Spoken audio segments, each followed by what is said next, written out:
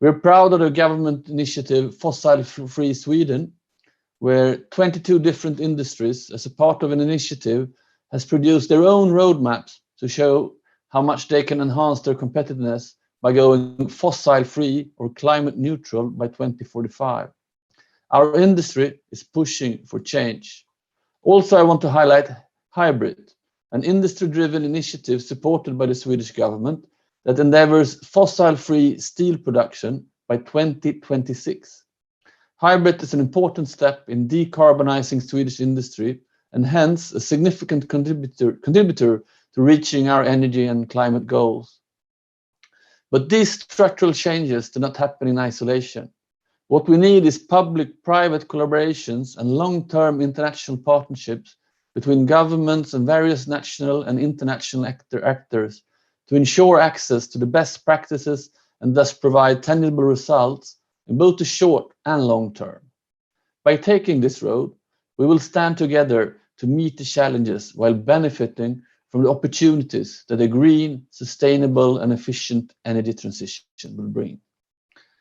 One example of this is the leadership group of industry transition, LEAD IT, launched by the government of Sweden and India that gathers 31 countries and companies with the aim of reaching net zero carbon emissions from industry by 2050. The IEA has not only to lead IT's work a key role in providing the analytical and advisory support that will help us progress. But we, as energy and climate leaders, need to come together and do what is needed to make reality of our long-term ambition. To summarize, Sweden remains committed to our shared international goals by focusing our support to policy dialogue to create the right regulatory framework and presenting the innovative solution Swedish companies can offer to facilitate the transition. I'm looking forward to hearing your views on how we all can benefit from each other's experience and best practices in this regard. Now, I would like to invite my colleague and co-chair, Minister Arifin Tasrif of Indonesia, to take the floor. Thank you. Thank you, Honorable Excellency Mr. Anders Ygeman, Swedish Minister of the Environment and Digital Development. Distinguished participants, ladies and gentlemen, good afternoon from Jakarta. My highest appreciation to International Energy Agency. This summit is an important event for catalyzing climate actions agreed within Paris Agreement. I would like to highly appreciate also several countries which has declared net zero pledge. However, as we realize, every country has different circumstances and capacities. These situations are embodied within the common but differentiated responsibilities principles, guiding international cooperation and integrating climate actions into energy countries' national economic development. Having become the core of climate mitigation actions, energy transitions towards cleaner and more sustainable energy systems play a key role in reducing carbon emissions. This transition becomes central for achieving Agenda 2030 Sustainable Development Goals.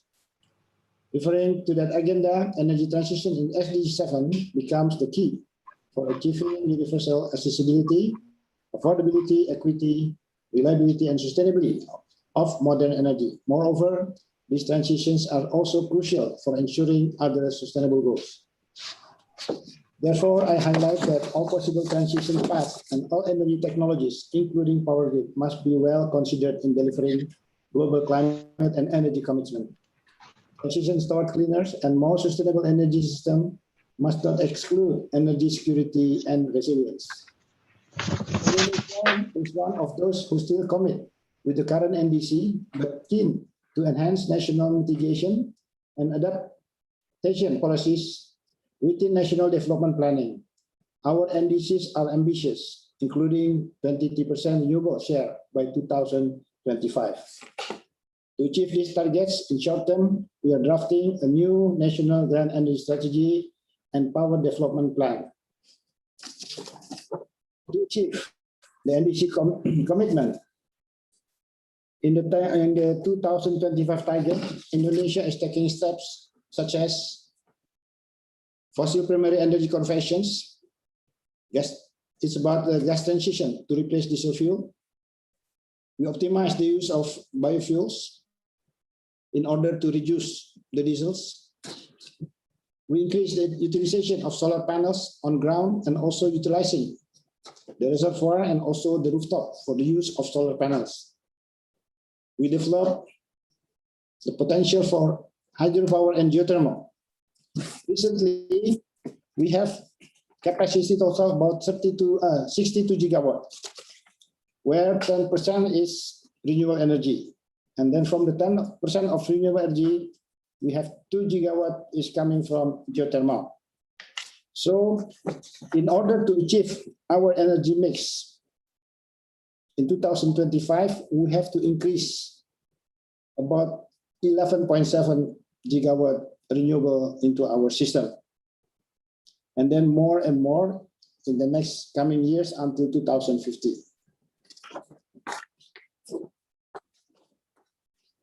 To be able to achieve these targets, it requires a high national commitment as well as international support in the form of technology and investment. So because we have to improve also our infrastructure capacity, interconnection, inter-island, and we have to install the smart grid in order to assure the stability of the power supply. And then recently, to attract more investment, we are preparing presidential regulation on renewable energy tariffs. Distinguished participants, ladies and gentlemen, I would like to extend my highest appreciation for IEA Indonesia long-lasting partnership through Indonesia IEA Energy Transition Alliance. I would like to underscore that in endeavoring colossal efforts towards energy transition, countries, especially developing countries, will encounter more complexity in developing technologies and financings for the transitions. Thus, information disclosure on accessibility towards updated technologies and green funds is highly critical. This will also support for achieving emission reduction targets in Paris Agreement. Moving forward, energy transition processes impose more sophisticated standards on environmental, social, and governance.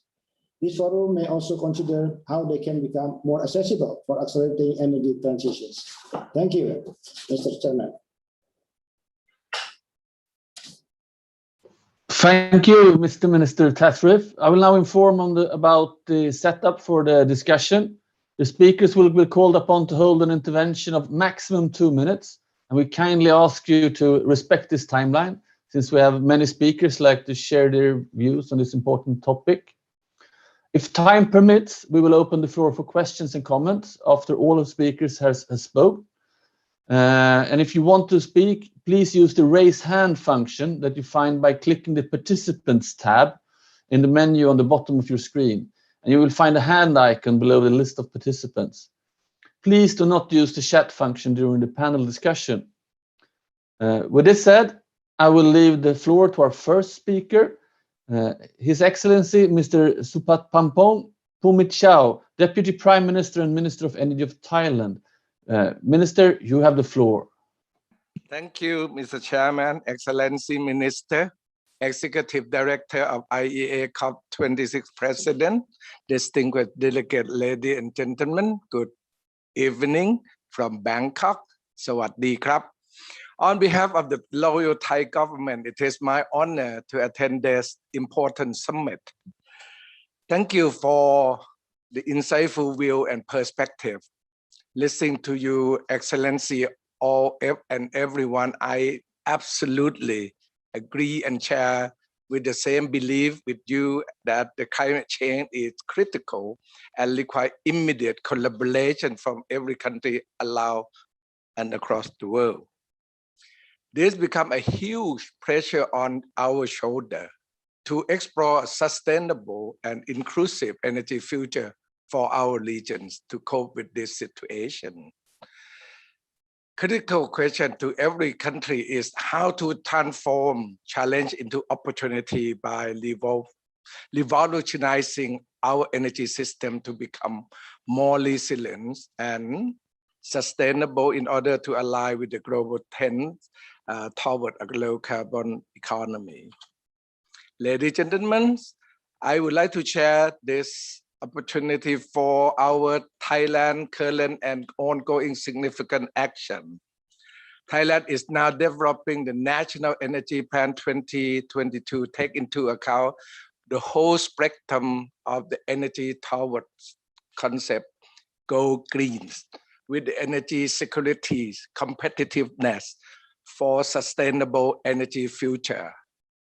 Firstly, we raise the proportion of the renewable energy in our energy portfolio by focusing the use of our low carbon local resources. Secondly, we will implement several measures to accelerate clean energy transition, particularly through resources-oriented community power plants, which aim to generate power from local resources and raise income and well-being of the people in the community.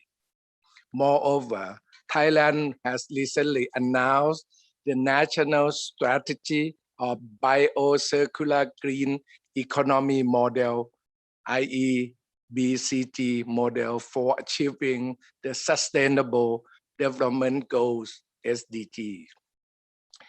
This BCG strategy will be a core theme to be executed and amplified during Thailand APEC Championship meeting in 2022, in which Thailand is pleased to be a host of APEC Leaders Summit and welcome all the APEC members in a physical format. In a nutshell, our strategy toward net zero carbon pathway is clear. It's in line with our long-term strategy on the climate change mitigation and action plan. We will make our persistent effort in driving in 6 main areas, including expanding low carbon power generation and consumption in portfolio, transitioning toward an ambitious zero emission vehicle target, and becoming a major player in the global supply chain, promoting waste management and waste to energy through BCG model, enhancing low carbon production services in the economic activities, moving toward zero burns and smart farming through digital technology, and implementing sustainable and innovative technology. Excellency, ladies and gentlemen, we are at the crossroads now, but choices are clear. Let us work together to explore options to limit global temperature rise to 1.5 degrees Celsius to bring carbon dioxide emission close to net zero by mid-century. Opportunity to congratulate Dr. Fatis Biro for the outstanding works and tremendous effort contributed by IEA in many ways to strengthen the global collaboration on decarbonization pathway and provide a clean insight, comprehensive analysis to help us to reach the goals of low carbon society.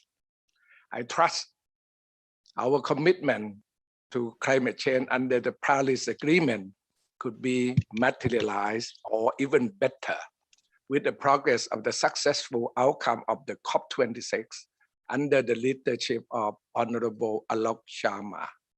I believe in cleaner, healthier, and stronger world is waiting for us. Thank you. I'm sorry, Mr. Chairman, I spent more than 2 minutes. Sorry. Thank you, Minister, and hopefully the ones following you will keep the time. And I now welcome His Excellency Bento Albuquerque, Minister of Energy and Mines from Brazil. The floor is yours.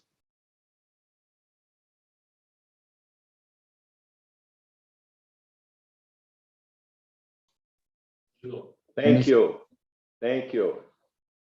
Dear fellow ministers, dear friends, I would like to congratulate the IEA and the UK presidency of the COP26 on co-organizing this summit, which innovates and is part of a broader effort of the international community this year. 2021 is the year of climate and energy transition. That is COP26, of course, and also the UN high-level dialogue on energy. Brazil is fully engaged in these efforts. We understand energy transition as a flexible process that varies in rhythm and stage. The success of energy transition will largely depend on the deployment of all viable technologies and sources, according to the realities of each country, region, and locality.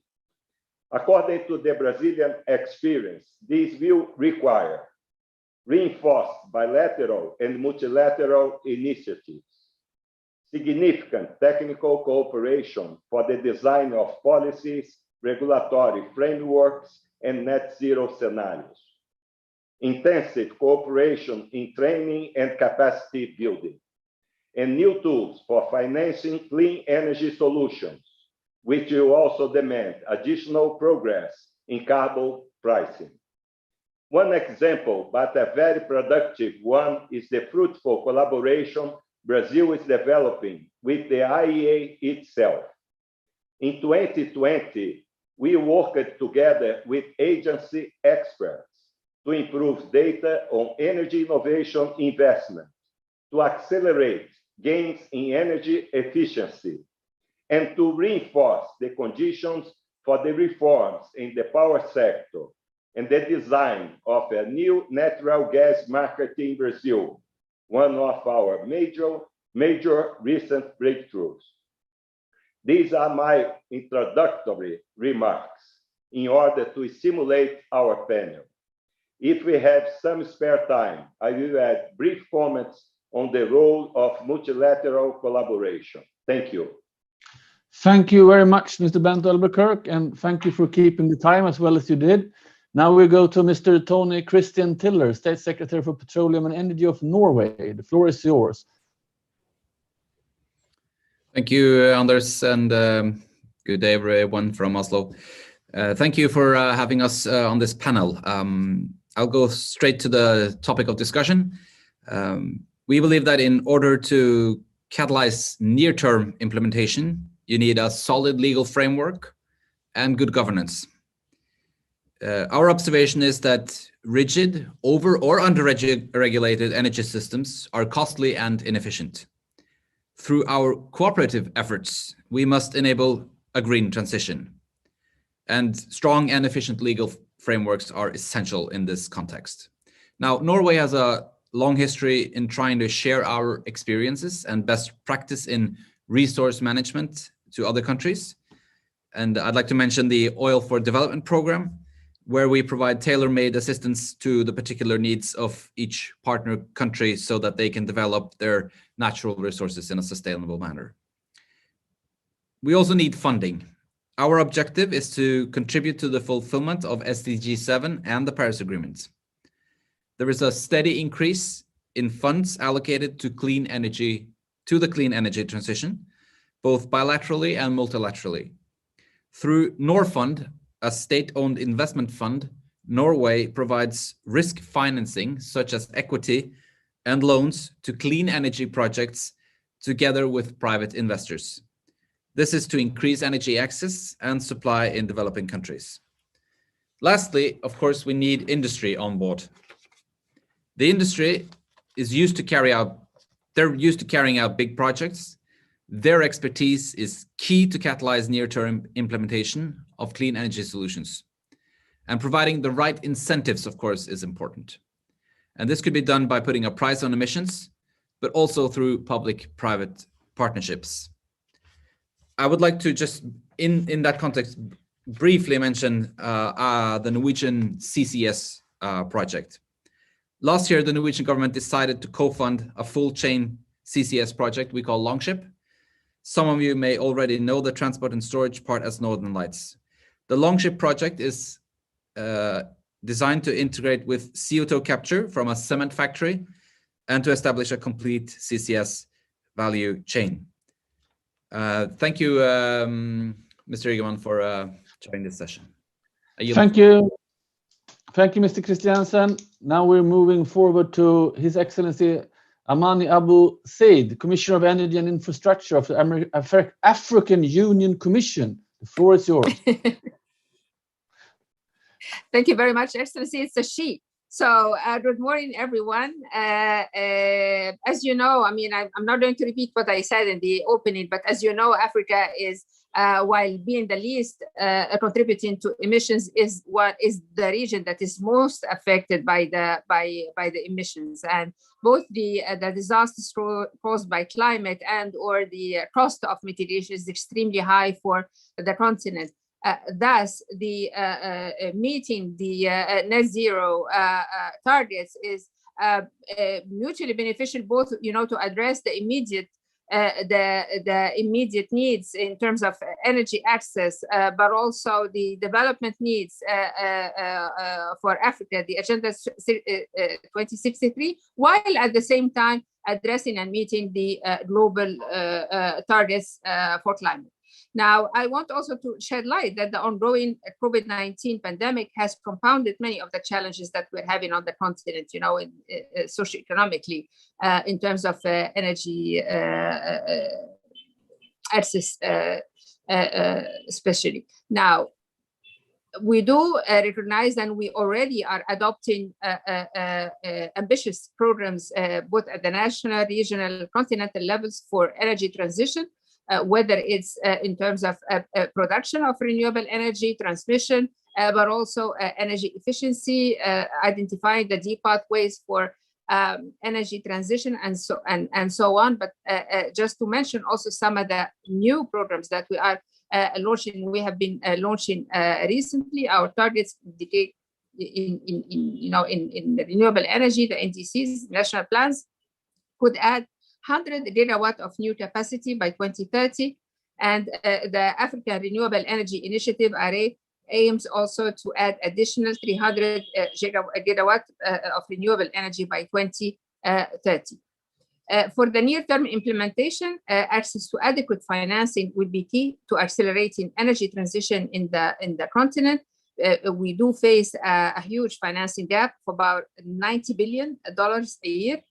Thus indicating the urgency to mobilize and catalyze investments, both from African, non-African, public and private sources, but more importantly, innovative financing mechanisms, and also making use of the existing partnerships to leverage many of these resources mobilization. Now, the other thing I wanted to add is digitalization. I mean, digitalization is another factor that both contributing to energy because of and thanks to the innovative ways. I mean, the Nexus Energy digitalization is opening new doors when it comes to energy, but also, as you probably know, digitalization is one of the big tickets for Africa to overcome its some of the lags, when it comes to development and leapfrog. And digitalization, as we all know, works, and operates on energy. So they are mutually reinforcing, mutually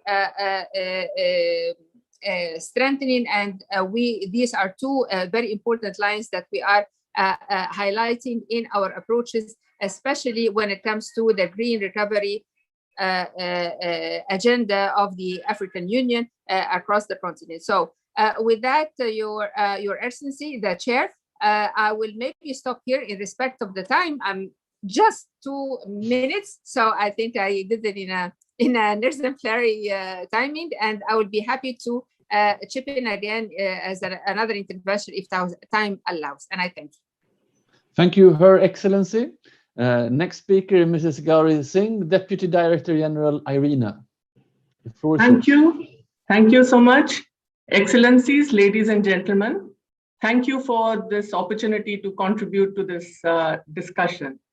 And I wish to just put a few specific points from a vantage position, given IRENA's forward-looking mandate and also the agency's global membership that reflects the vast diversity of circumstances and priorities.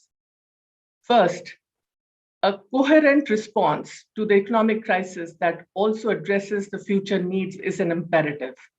IRENA's World Energy Transitions Outlook links short-term actions with medium and long-term objectives of SDGs and the Paris Agreement. It outlines the future energy systems based on renewables, complemented by green hydrogen and modern bioenergy. Accelerating the energy transition along these lines will add net 5.5 million jobs in the coming 3 years and also increase the global GDP by 1% annually. Second, we must be decisive in raising ambition of NDCs while at the same time preparing the ground for the implementation by building capacity and creating market and financial conditions to accelerate the deployment of renewable energy. With this in mind, IRENA supports 70 countries in their NDCs. Third, a dual track for energy transition where some countries rapidly move into the future energy system while others remain fossil fuel based is untenable and will amplify inequalities.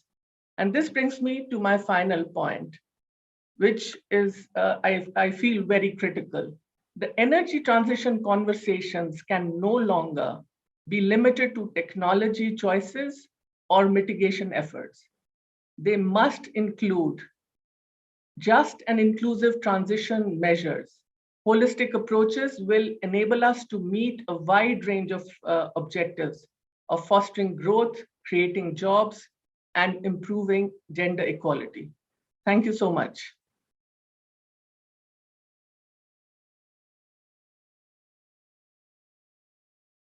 Thank you so much, Mr. Singh. Next speaker will be Mr. Rafael Grossi, Director General of International Atomic Energy Agency. The floor is yours. Thank you very much, Mr. Minister. It's a great pleasure to be with you today and an opportunity from us here from Vienna to provide a perspective from nuclear energy. The stage has been set. We all know what the problem is. We all know what the common challenge is to decarbonize, to do it fast. And this is why we're so happy to be in this panel, which talks about near-term perspectives. Nuclear, among other things, three in this particular debate. It is a present solution, it is a future alternative, and it is also an articulator. It is a present solution because 1/3 of today's clean energy come from nuclear energy.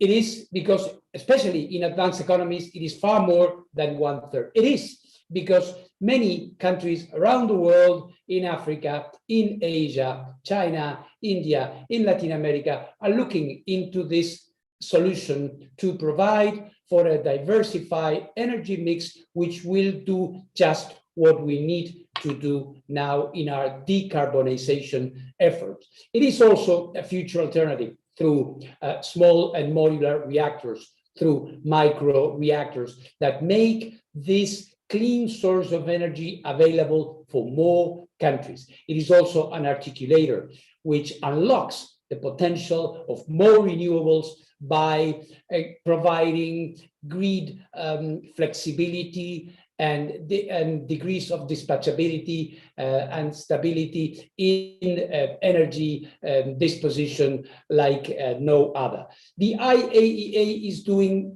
certain things which are very concrete in helping countries who choose this source of energy by providing infrastructure support, energy planning, and of course, what is very important, to make sure that those choosing nuclear energy do so in a safe, secure, and non-proliferating way. So, as it was said in the beginning of today's session, we need all viable technologies, being rational, being practical, and being fast, because the clock is ticking, and nuclear is part of the solution. Thank you very much. Thank you, Mr. Grossi. Then we leave the floor to Mr. Claudio Descalzi, CEO of ENI Italy. The floor is yours. Welcome. Thank you, Mr. Minister. Good afternoon, everybody. Going directly to the point of this section, let me remark that improved implementation of the energy transition, we should primarily consider that setting increasingly ambition target is not enough. It is crucial to understand how to achieve this target and deploy a concrete plan that involves public, private sector, and investors. In doing that, we need to ensure first the minimization of environmental impact, targeting net zero emissions. Second, energy security to safely diversify the energy mix. Third, system competitiveness. New technologies development and new products have to be supported by a proper policy framework and incentive schemes for a limited time. Fourth, a neutral approach to technology, developing and applying all available solutions in low carbon perspective. Finally, we have to measure and verify the progress of the journey undertaken through common international standards and transparent disclosure. As any, we set a long-term plan that takes into account all these aspects. Committing to reach a carbon neutrality by 2050, let me remark that is a target, not just an ambition. The full decarbonization of products and operation is achievable through technology that have already been proven, such as biorefineries, circular economies, including the transformation of organic and inorganic waste to products, renewable capacity fully integrated with our clients, blue and green hydrogen, natural and artificial carbon capture to absorb residual emissions. Gas will cover more than 90% of our upstream production by 2050. To be effective also in the near term and to keep stakeholders aligned on our progress, we also took interim targets at 2030 and 2040, both in terms of absolute emission and carbon intensity. We cover scope 1, 2, and 3 emissions, adopting a fully comprehensive methodology of GHG assessment. To summarize, to be successful along the path toward any transition, it is essential, first, to implement detailed, economically sustainable improvement plans, second, to adopt an international standard to measure progress, and finally, to support transparent disclosure of both financial and non-financial results, with a special focus on environment one. Thank you very much. Thank you so much, Mr. Descalzi. Now to Mr. Rémi Riot, CEO of Agence Française de Développement. The floor is yours, please.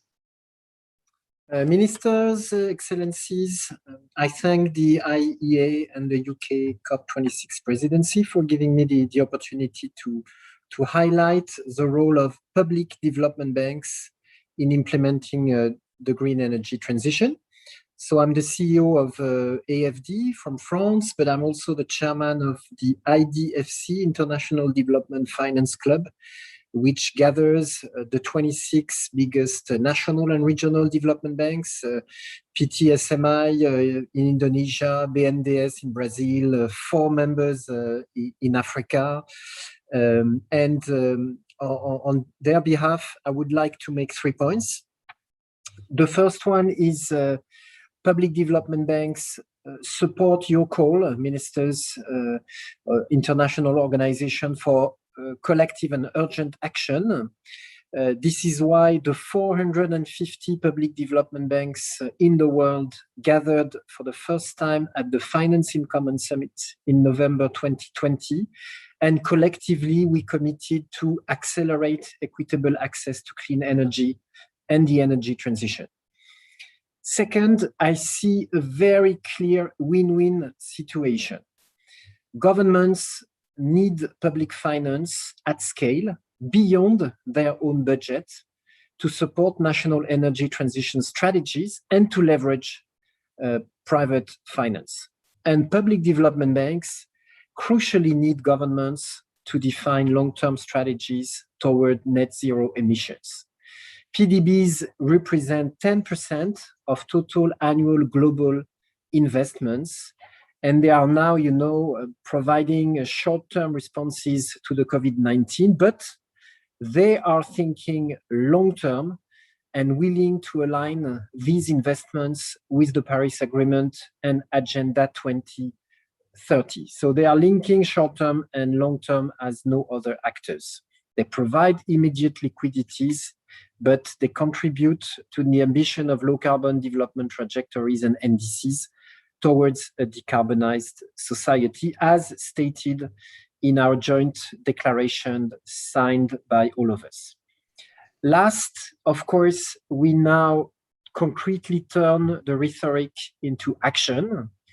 IDFC members already committed to delivering $1 trillion of climate finance by 2025, most of it for energy, and we are on track.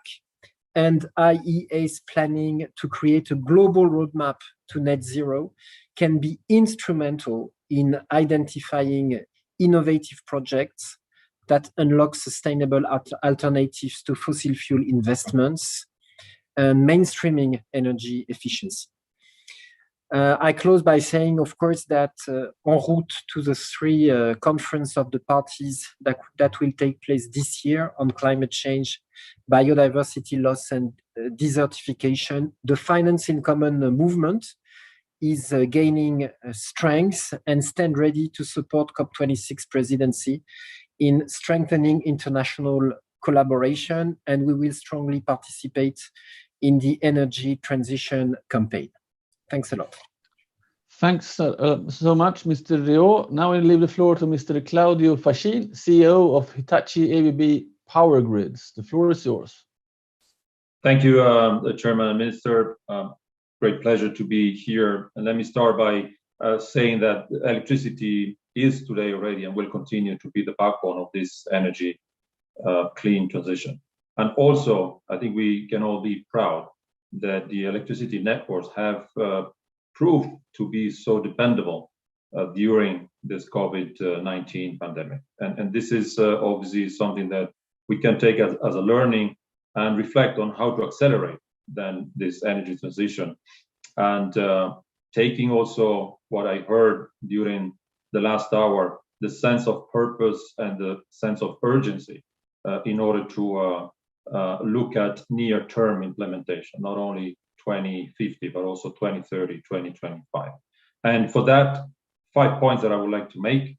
Starting with the first one, it's clear that the power grids, the network, the transmission and distribution network, is key to look at enhancing capacity, resilience, flexibility, efficiency, and reliability. And there is no doubt that we need to boost investments, we need to accelerate technology development and deploy them at scale and at speed.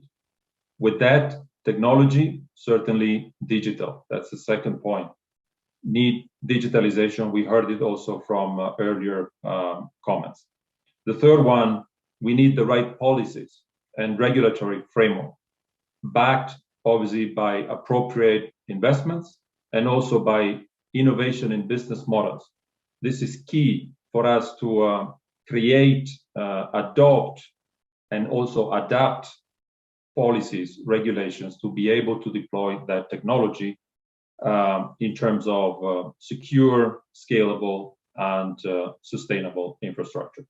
The fourth point is collaboration across stakeholders. We heard about that, and it needs to be across sectors, it needs to be across geographies. And finally, it has to be just and inclusive. We heard about that, and for that, we need to take a holistic model, a holistic approach that looks at social value, looks at environmental value, and of course, looks at economic value.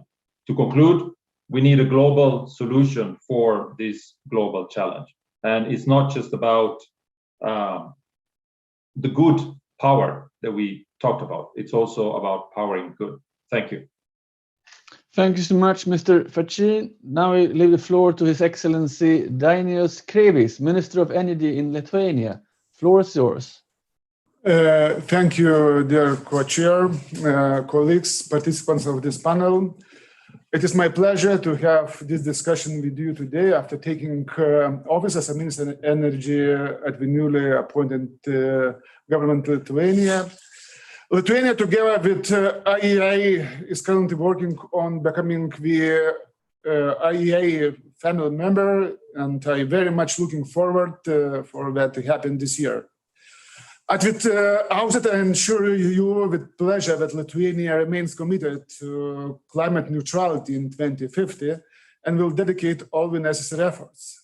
We have already made significant progress reducing CO2 emissions by 58% since 1990 and already pursue an increased EU-wide 2030 greenhouse gas emission reduction target by 55%. This will not be an easy task, but Lithuania to continue support the green energy transition. Half of our electricity and 45% of final energy consumption will be renewable by 2030.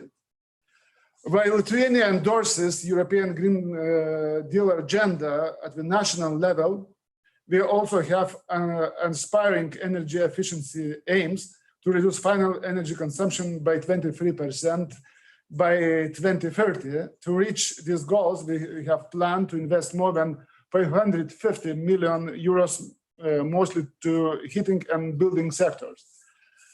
National homework to reach climate-related objectives outlined in new government program. It includes measures till 2025, such as increasing the amount of domestically produced renewable energy electricity by 3 times, increasing the share of energy prosumers to every 3rd household, supporting smart grids and rollout of electric charging infrastructure, giving appropriate attention to R&D and innovations while continuing to promote energy startups and open data, prioritizing the development of hydrogen, including the blending into the natural gas grid, reaching milestone, as I mentioned, in final energy savings towards 23%. But last not least, ladies and gentlemen, I'm looking forward to these targets combined with ones of other IEA family members, helping in reaching the required cumulative effect on the way to climate neutrality in 2050. Thank you for your attention. Thank you, Minister Krevis. Now I leave the floor to Ms. Yetunde Fadeyi, Founder and Director of REES Africa. The floor is yours. Hello, all protocols duly observed. I'd like to say that this has been awesome contribution so far, and I'll just add to what has been said. Basically, the race needs to involve youth because to participate in policy and stakeholder engagement, to participate in impact entrepreneurship, civic and public engagement that will propagate and continually spread the word about how we intend to transition and what role everyone can play. So from my field and research experience, I've come to realize that our energy transition goal is not just reliant on our technology prowess. Our challenge is an information revolution challenge. It's a public perception. It's a business model, mindset, sufficiency, and lifestyle problem. We need to deploy an interdisciplinary approach, particularly for the global south, where lectures doesn't work. The average mindset loves incentives. However, our approach to incentives needs to accommodate inclusive service delivery. We already have fantastic policies that can be acted on. For example, the United Nations CDM methodology. This is where youths come in. We can creatively explore and basically digitalize the system, merging clean tech with fintech, and perhaps sustainable capitalism is deployed. Everyone needs to be involved, leaving no one behind, particularly the marginalized communities who have no economic ability and have been affected by severe rural-urban migration. And they have to settle for wood, fuel, destroying rural forest landscapes, or small solar lights. Also, children need to be involved, practicing energy efficiency attitudes and grooming them to become the future leaders that will continue what we've started. Policy to teach and mandate a sustainability curriculum should also be enacted. Our children need to understand the urgency and act, just like what one of the points raised during the first session. In closing, Africa is not the culprit of climate change, but we are the most vulnerable people facing climate change issues. Also, we need a more energy-intensive process for climate adaptation because of our climate vulnerability. And if not, we'd definitely have to face an energy apartheid where there is energy rich for the poor and energy poverty for the poor.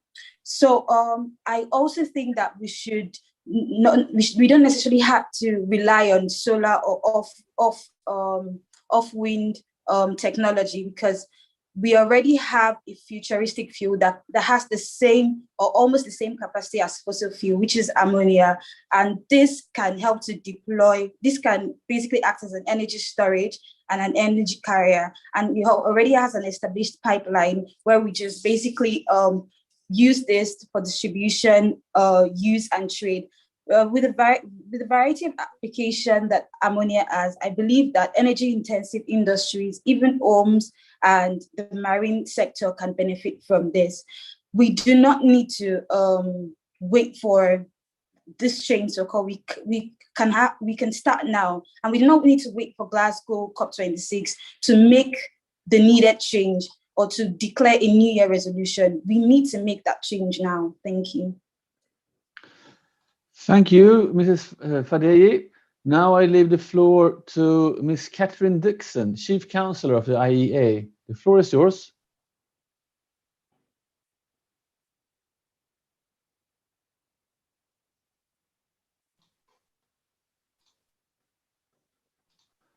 Catherine, are you with us? I see you on the screen, but it's black and it's muted.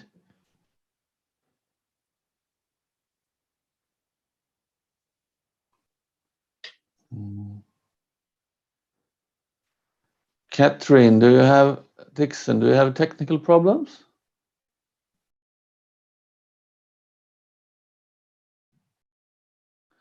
We just have 2 more minutes, so you have a little bit of time. No, I don't think we get any contact with Catherine. Then I just finish this with a few words. All this panel discussion is coming to an end, and I would like to thank our distinguished speakers for our interventions and for a fruitful discussion. Our discussion has once again highlighted the crucial role that a green, sustainable energy transition plays in achieving our common goals of reaching net zero carbon emissions by 2050. More importantly, it has highlighted the importance of more public-private collaborations and international cooperation to realize this transition. I encourage all of us to act on our ambitions by developing long-term energy policies matched with near-term implementations in close collaboration with actors of society as we set our eyes towards COP26 in Glasgow in November. Let us recall that we're stronger together than alone. I'm now closing this panel discussion and looking forward to Minister Tasrif's summary of our discussion in the following plenary session. Thank you all for your important contributions. We will soon be gathering in the plenary session again. Thanks a lot. Ladies and gentlemen, honorable ministers, leaders, and distinguished guests, I'm pleased to report back to this group regarding our excellent dialogue on the topic of